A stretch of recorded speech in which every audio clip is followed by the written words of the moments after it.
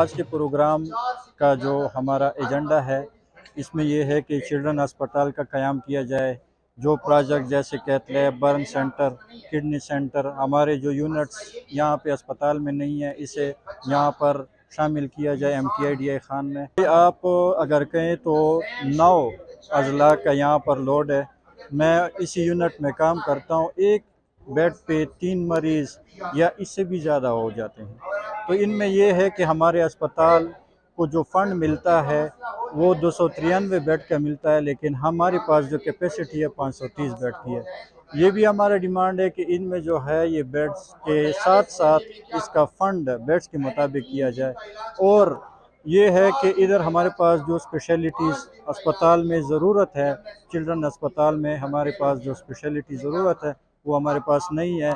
हम जो है मर्ज़ का तो तशख़ीस कर लेते हैं, लेकिन जो है हमारे पास यहाँ उनके इलाज नहीं है। जैसे अगर दिल का मसला हो गया, हम तशख़ीस तो कर लेते कि दिल का मसला है, लेकिन जो है इसका इलाज या हमारे पास डॉक्टर यहाँ पे मौजूद नहीं है। पीड्स नेफ्रोलॉजिस्ट, न्यूरोलॉजिस्ट, कार्डियोलॉजिस्ट, यहाँ कोई डिपार्टमेंट नहीं है। चिल्ड्रन अस्पताल अगर आया तो इनके साथ ये सब डिपार्टमेंट आएंगे और एक ही अम्ब्रेला के नीचे डेरा इस्माइल ख़ान और ये 9 डिस्ट्रिक्ट के मरीज़ों के लिए एक ही प्लेटफार्म में इलाज मैसर होता है।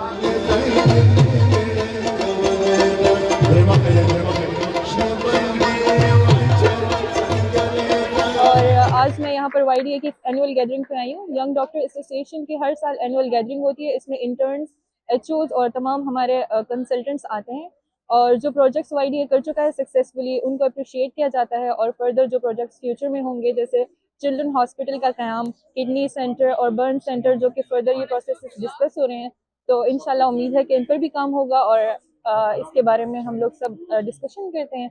तो ये एक बहुत ही अच्छा प्लेटफॉर्म है जिस पे मौका मिलता है कि सब अपने ख्यालात का इजहार करें।